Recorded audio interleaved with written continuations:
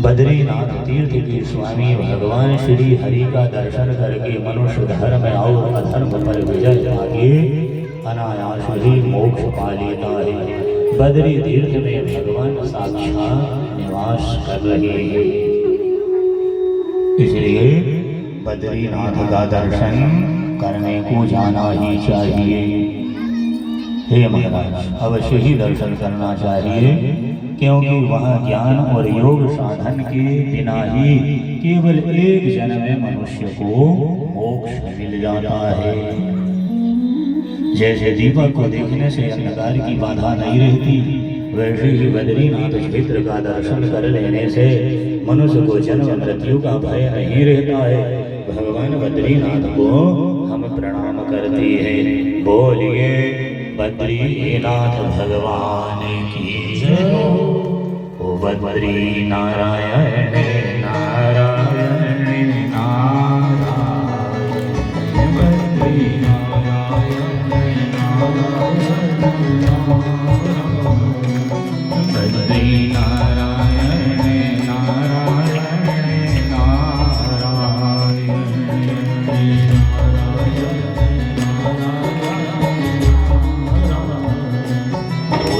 बद्रीनाथ भगवान की जय हो।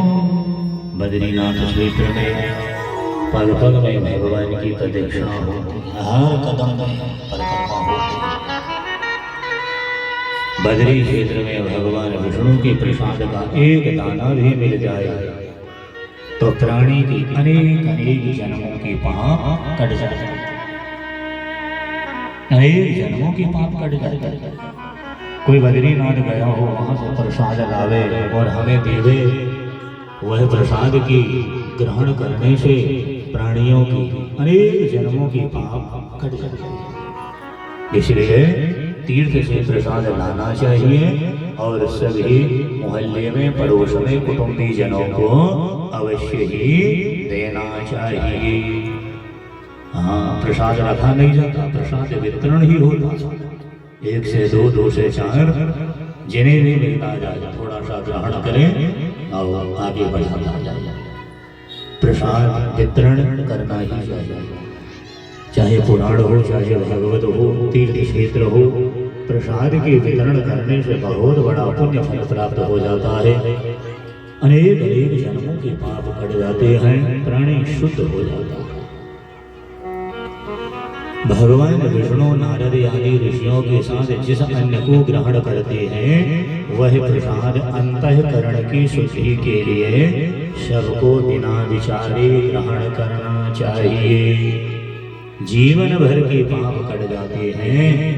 भगवान का प्रसाद ग्रहण करने के लिए देवता भी बद्रीनाथ क्षेत्र में रोज आया करते, प्रतिदिन जाते ही जाते कि भगवान का प्रसाद मिले, जाएंगे वो लेके, और भगवान के भोजन कर लेने के बाद प्रसाद लेके अपने लोक को लौट जाते हैं। इसी प्रकार प्रहलाद आदि भक्त वह प्रसाद लेके भगवान के धाम में जाते हैं।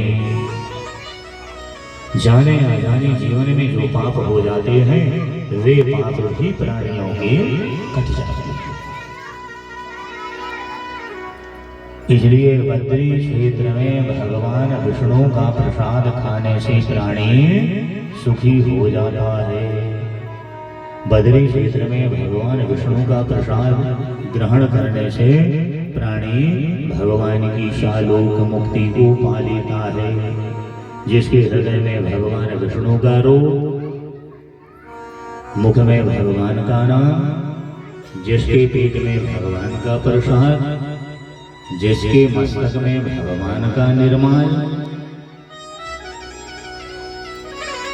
भगवान का चरणामृत, यदि ये प्राणी के पास है तो पुराण भगवान कह रहे हैं वो प्राणी विष्णु स्वरूप है। पेट में जिनके भगवान का प्रसाद, हृदय में भगवान का स्वरूप, मुख में भगवान का नाम, शरणामृत और सिर में भगवान की चढ़ी तुलसी पुष्प आदि निर्माल्य जो धारण कर ले, ऐसे प्राणी को भगवान विष्णु का स्वर्ग। हे महाराज, बड़े बड़े पाप दूर हो जाते हैं। पृथ्वी में जितने तीर्थ हैं, व्रत हैं, नियम हैं, उनसे भी शीघ्र बद्रीनाथ क्षेत्र में भगवान का चरणामृत पवित्र करने वाला। एक बूंद भी बद्रीनाथ के क्षेत्र में मनुष्य को एक बूंद भी चरणामृत मिल जाए तो क्या दुर्लभ महाराज, सभी प्रकार के पाप प्राणी के दूर हो जाते हैं और मोक्ष मिल जाता है। इसलिए प्रयास करके बद्रीनाथ की यह महिमा बताई गई। यह चरित्र को जो श्रवण कर लेते हैं, श्रवण करने मात्र से उन्हें भगवान की कृपा प्राप्त हो जाती है। श्री पद्म पुराणे विष्णु चरित्राय नमः। बोलिए वृंदावन बिहारी लाल की जय हो। गोविंदाय नमो नमः। ना विष्णु सादृशो देवो ना विशाल समापुरी, ना भिक्षु सादृशं पात्रे ऋषि तीर्थ समानाहि। आओ सूत जी महाराज कपाल तीर्थ की दर्शन का वर्णन करें। ब्रह्म तीर्थ वसुधारा तीर्थ की महिमा का वर्णन करें।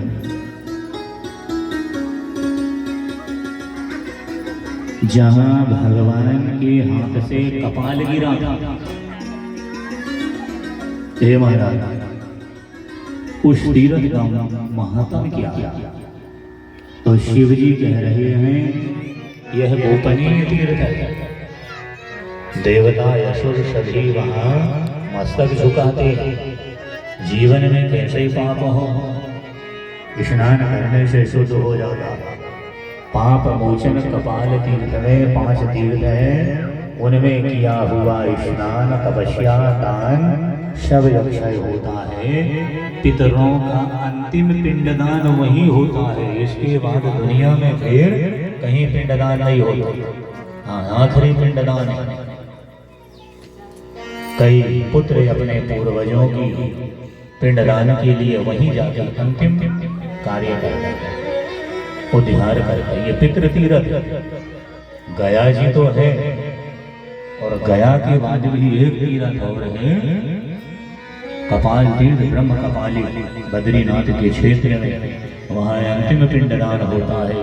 उसके बाद फिर दुनिया में कहीं पिंडदान नहीं होता।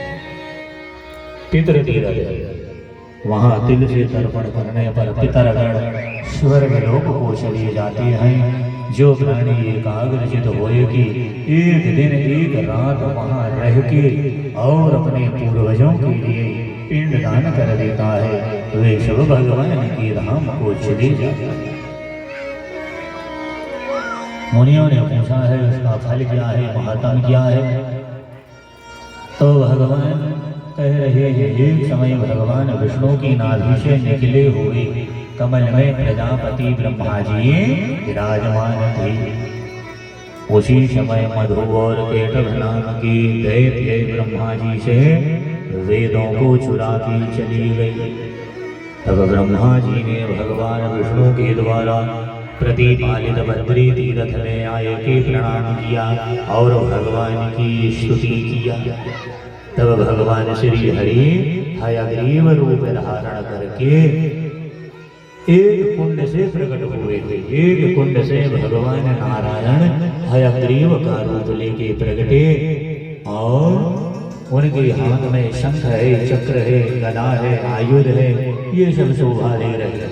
उनकी कमर में पीतांबर शोभायमान है, उनकी अंग की कांति श्वेत है।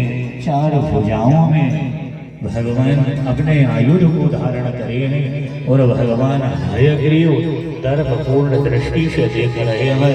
उनका स्वरूप अद्भुत है। नेत्रों से कठोरता प्रकट हो रही है।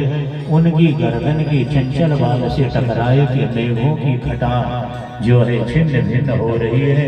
वे अपने दिव्य तेज से ज्योतिर्मय ग्रहों उनके नेत्रों में प्रसन्नता आ जाती है।